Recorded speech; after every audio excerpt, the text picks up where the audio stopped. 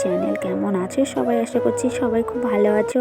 আর বড়োদেরকে আমার প্রণাম জানাই, ছোটোদেরকে অনেক অনেক ভালোবাসা জানিয়ে আজকের ব্লগটা শুরু করছি। অনেক দিন পরই তোমাদের সামনে এসেছি আমি।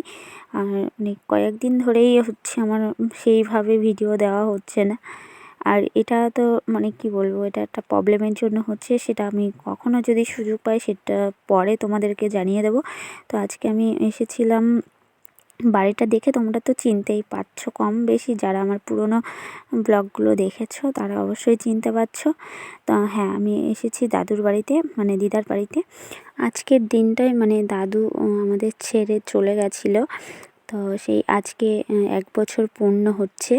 তো সেই উদ্দেশ্যে একটু ছোটোখাটো করে অনুষ্ঠান করা হচ্ছে বৈষ্ণবদের নিয়ে।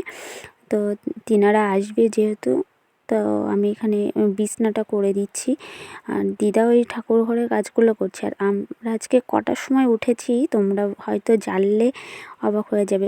5টার দিকে উঠেছি। উঠে আগে স্নান টান করে নিয়েছি। আর তার আগে উঠে যে সবজিগুলো রাত্রে কেটে রেখেছিল সেই সবজিগুলো সব কিছুই হচ্ছে ধুয়ে টুয়ে নিয়ে স্নান করে আমি আর দিদা চলে এলাম উপরে। আর এদিকে দেখো রান্না হচ্ছে।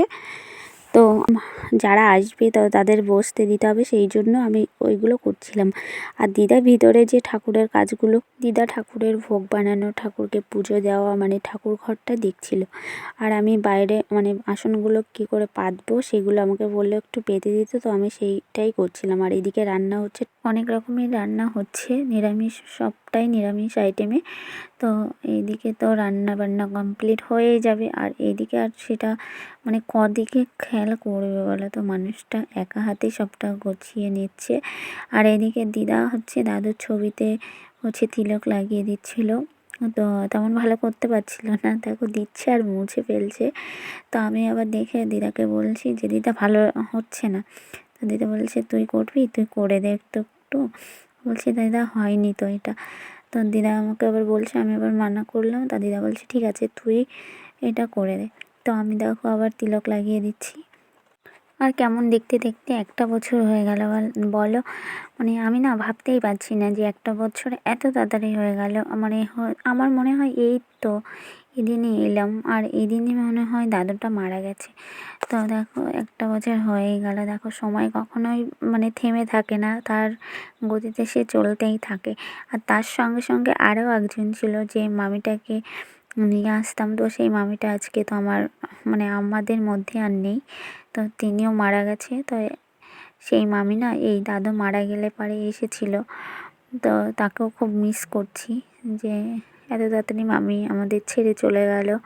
তো এই অনুষ্ঠানে থাকতেই পারলো না, সেও পৃথিবী ছেড়েই চলে গেল। এইগুলো ভাবলে না অনেক খুব খারাপ লাগে, খুব কষ্টও হয়। তো আমার দেখো তোমাদের সঙ্গে কথা বলতে বলতে এটা সাজানো হয়ে গেল। আর এখানে একটা চেয়ার দিয়েছে, তো এই চেয়ারে দেখো বসিয়ে দিলাম। আর একটু ফুল, জল, মিষ্টি দেব। তো ঈশ্বরের কাছে এটুকুই চাইতে পারি যে যেখানেই থাকুক না কেন ভালো থাকুক। তো এটাই হচ্ছে আমার প্রার্থনা ঈশ্বরের কাছে। তো এখানে জল মিষ্টিটা দেওয়া হয়ে গেলে তারপর হচ্ছে আমার কাজ অনেকটা কমে যাবে। তো দেখো এখানে একটু পাচ্ছিলাম না, এই চেয়ারটা না তেমন একটা ভালো হচ্ছিল না, তার জন্য দেখো আমি চেয়ারটা আবার চেঞ্জ করে নিলাম।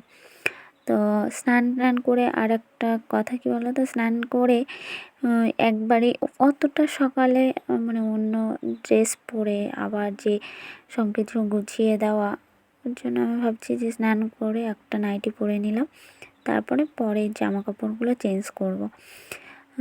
তো এখন তো কেউ আসেনি, তো ওর জন্য নাইটিটা পরে নিলাম। তো এখান থেকে দেখো কোথায় কী দেবো অতটা জানি না, তো দিদা আমাকে যেভাবে দেখিয়ে দিচ্ছে তো সেইভাবেই আমি দিচ্ছি।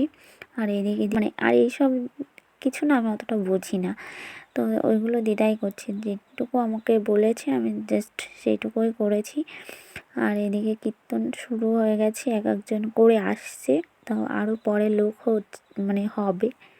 তো আমি ততটা আর তুলিনি, ক্যামেরায় করতে পারিনি। তো যেটুকু শেয়ার করা হয়েছে আমি পেরেছি সেটুকু তোমাদের সঙ্গে শেয়ার করলাম। আর এখন হচ্ছে সন্ধ্যার পর পর তো সবাই মিলে আমরা গল্প করছিলাম।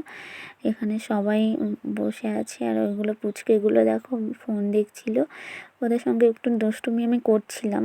আর সবাই মামা মামি সবাই মিলে গল্প করছিলাম। আর আমার দেখো সারাদিন ধরে বেনুনি করা ছিল, তারপরে ড্রেস চেঞ্জ করে নাইটিটা পরে নিলাম আবারও। তারপর চুলগুলো দেখি জড়া হয়ে গেছে, তো এগুলো ঠিক করছিলাম। আর এখন খেয়ে দিয়ে রাত্রে শুয়ে পড়লাম।